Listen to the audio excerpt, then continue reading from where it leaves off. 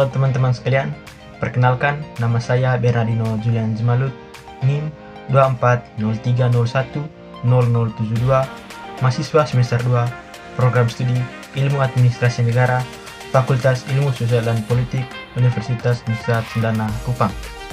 Saya membuat video ini dengan tujuan untuk memenuhi tugas dari mata kuliah Teori Pembangunan yang diampu oleh Dr. Syukur Muhaimin Adanzaha, SOS MAP. Video ini berbicara mengenai analisis pembangunan di Desa Baumata Barat, Kecamatan Taibenu, Kabupaten Kupang, Provinsi Nusa Tenggara Timur. Pembangunan desa merupakan salah satu faktor yang sangat penting untuk menunjang pembangunan nasional. Desa sebagai unit terkecil dalam pemerintahan memiliki peran penting untuk mensejahterakan masyarakat secara merata. Desa Baumata Barat yang terletak di Kecamatan Taibenu, Kabupaten Kupang, Provinsi Nusa Tenggara Timur ini sedang melaksanakan pembangunannya. Desa Baumata Barat itu sendiri memiliki sumber daya alam yang memadai, sumber daya manusia yang memadai, dan akses terhadap fasilitas yang cukup baik. Namun, pada kenyataannya, hal ini kurang dimaksimalkan. Dalam video ini, saya berusaha untuk menjelaskan dan menganalisis bagaimana sih pembangunan di Desa Baumata Barat itu sendiri menggunakan beberapa teori yang cukup relevan, yaitu teori modernisasi, teori ketergantungan, teori pasca ketergantungan, teori sistem dunia, teori Marxis, dan teori perubahan sosial. Hendaknya teori-teori ini mampu memberikan gambaran terkaitan dengan bagaimana seharusnya pembangunan itu dilaksanakan berdasarkan perspektif masing-masing teori. Yang pertama, teori modernisasi.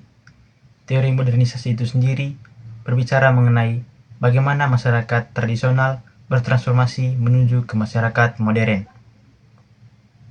Transformasi itu mencakup berbagai aspek, di antaranya aspek sosial, politik, ekonomi, dan budaya. Dalam konteks pembangunan di Desa Baumata Barat, pemerintah desa berupaya untuk melakukan transformasi secara khusus di bidang pertanian dan bidang-bidang lainnya yang sangat identik dengan masyarakat di Desa Baumata Barat itu sendiri. Pemerintah desa gencar melakukan sosialisasi untuk meningkatkan kemampuan masyarakat dalam menguasai teknologi-teknologi terbaru untuk digunakan dalam segala aktivitasnya di desa itu sendiri. Teori modernisasi itu sendiri sangat menekankan faktor internal dalam proses pembangunan. Faktor internal itu sendiri terdiri dari nilai-nilai budaya, lembaga-lembaga sosial, dan kepemimpinan yang baik. Yang kedua adalah teori ketergantungan. Meskipun pembangunan di Desa Baumata Barat sudah berjalan cukup baik, namun pemerintah desa dan masyarakat desa masih bergantung pada pemerintah pusat. Fasilitas-fasilitas untuk menunjang pembangunan harus didukung dari pemerintah pusat sehingga pembangunan dapat berjalan dengan lancar.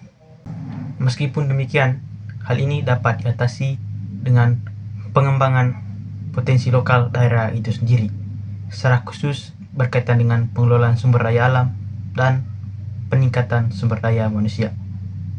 Yang ketiga adalah teori pasca ketergantungan. Teori pasca ketergantungan ini sendiri merupakan bentuk perlawanan terhadap teori ketergantungan. Teori pasca ketergantungan itu sendiri menjelaskan berkaitan dengan bagaimana masyarakat desa memanfaatkan potensi kearifan lokalnya untuk menunjang kehidupannya sendiri. Dengan hal ini, desa tidak lagi bergantung pada pemerintah pusat, melainkan mampu secara mandiri untuk berkembang menuju suatu target yang lebih baik. Yang keempat adalah teori sistem dunia. Teori sistem dunia itu sendiri berbicara mengenai bagaimana kehidupan masyarakat mengikuti sistem yang ada saat ini. Dalam konteks desa, secara khusus di Indonesia ini sebagai negara berkembang, pembangunan cenderung berfokus pada daerah perkotaan, sehingga pendistribusian pembangunan ke desa cukup lambat.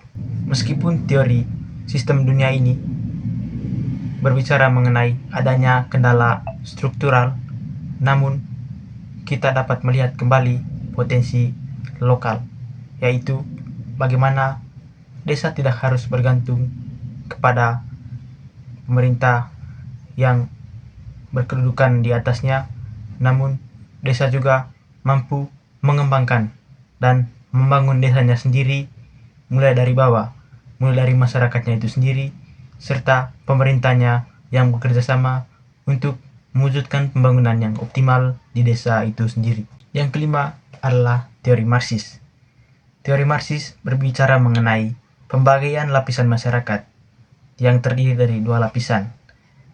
Yang pertama adalah masyarakat borjuis atau kaum pemilik modal, dan masyarakat proletar atau kaum pekerja.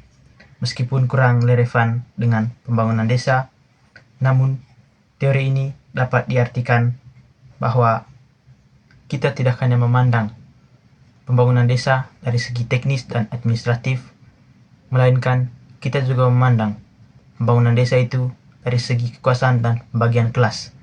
Dalam artian, teori ini berguna untuk menghilangkan kesenjangan antara masyarakat desa dari segi pembangunan itu sendiri. Yang terakhir adalah teori perubahan sosial. Teori perubahan sosial itu sendiri sangat berhubungan erat dengan teori modernisasi, yang berbicara mengenai bagaimana transformasi masyarakat dari masyarakat tradisional menuju masyarakat modern. Teori perubahan sosial ini sendiri identik dengan globalisasi, yaitu perubahan secara besar-besaran yang terjadi dalam sistem dunia.